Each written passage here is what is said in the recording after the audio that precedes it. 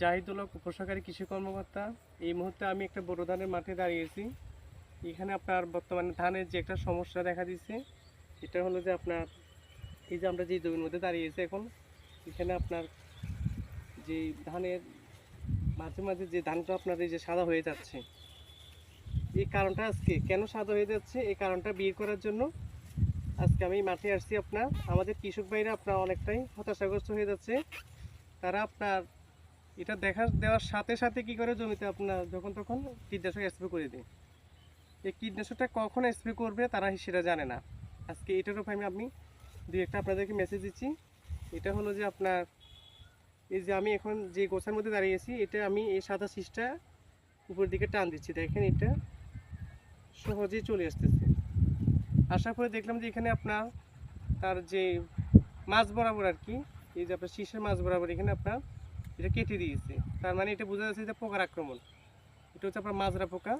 এই মাজরা পোকা আপনার এই ধান যখন পুরো অবস্থায় থাকে ফ্লাওয়ারিং স্টেজে, তখন জমিতে আপনার একটু আক্রমণ দেখা দিই।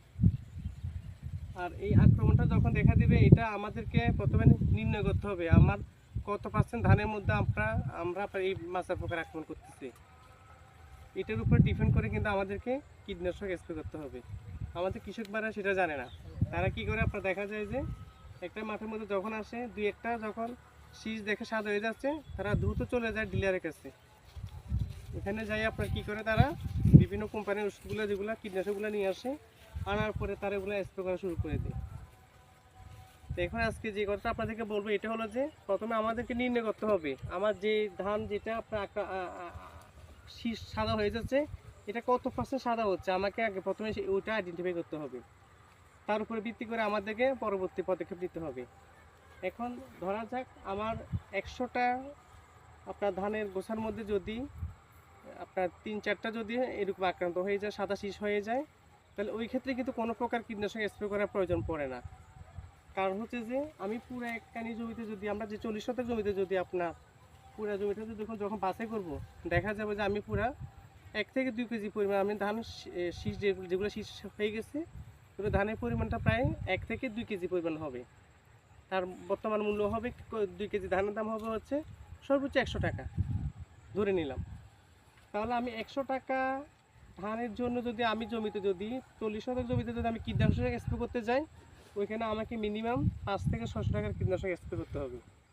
তাহলে আমি 100 টাকার জন্য আমার আপনার যে খরচ করতেছি কত টাকা, 600 টাকা, ঠিক আছে। তাহলে আমাদের কি এই যে আমার ক্ষতিটা কিন্তু আমরা নিজেরাই কিন্তু এখানে আমরা বেশি করতেছি। আপনার কখনো কীটনাশকটা স্প্রে করবে, দেখা যাবে যে আপনার যখন 100টা গোছার মধ্যে প্রায় 20টা গোছ, 10 থেকে 15টা 20টা গোছ আক্রান্ত হয়ে যাচ্ছে, ওই ক্ষেত্রে যে আপনারা কীটনাশক স্প্রে করতে পারেন। আর আপনার এছাড়া আপনার যদি মাঝে মধ্যে দুই একটা যদি ধান যদি শীষ যদি সাদা হয়ে যায়, ওই ক্ষেত্রে কিন্তু কীটনাশক স্প্রে করার তেমন একটা প্রয়োজন পড়ে না। এটা হলো কীটনাশক স্প্রের ব্যাপারে বলতেছি। আরেকটা মেসেজ হচ্ছে যে আমরা দেখতেছি আপনার এখন বর্তমানে অনেক কৃষক ভাইরা কী করে আপনার মাঠে কখন কীটনাশক স্প্রে করবে ওই জিনিসটাই জানে না। আমরা দেখি যে সকালে আপনার এই যে সকাল 8টা থেকে প্রায় 1টা পর্যন্ত দুপুর, অর্থাৎ এই দুপুরে 1 পর্যন্ত দেখি যে কীটনাশক আপনার জমিতে এই ফ্লাওয়ারিং স্টেজে ফুল অবস্থা অনেক কৃষক ভাইরা কিন্তু জমিতে কীটনাশক স্প্রে করতেছে। কিন্তু এটা আপনার ওই সকাল আপনার 10টা থেকে মিনিমাম আপনার 2টা পর্যন্ত কোনো প্রকারে ফ্লাওয়ারিং স্টেজে ফুল অবস্থা আপনার কীটনাশক স্প্রে করা যাবে না। কারণ ওই সময় কিন্তু ধানের পরাগায়নের সময়, ধানের মুখগুলো কিন্তু খোলা থাকে।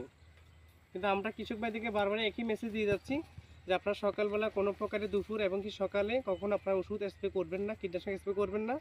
আপনারা কীটনাশক যদি স্প্রে করতে হয় আপনারা বিকেলে স্প্রে করবেন, অর্থাৎ 3টার পরে যায় আপনারা কীটনাশকটা স্প্রে করবেন। এটা হলে আপনাদেরকে একটা মেসেজ দিয়ে রাখলাম। আর আজকে এই পর্যন্ত। আর যখন ধানের আপনার সিটার পরিমাণটা যখনই বেশি দেখবেন তখনই যে আপনারা কীটনাশকটা স্প্রে করবেন, তার আগে কোনো প্রকার কীটনাশক স্প্রে করবেন না। তো ঠিক আছে, আজকে এই পর্যন্ত। ভালো থাকবেন। পরবর্তী ভিডিও নিয়ে আপনাদের সামনে আরেকটাও ভিডিও নিয়ে আসবো আমি। ধন্যবাদ সকলকে।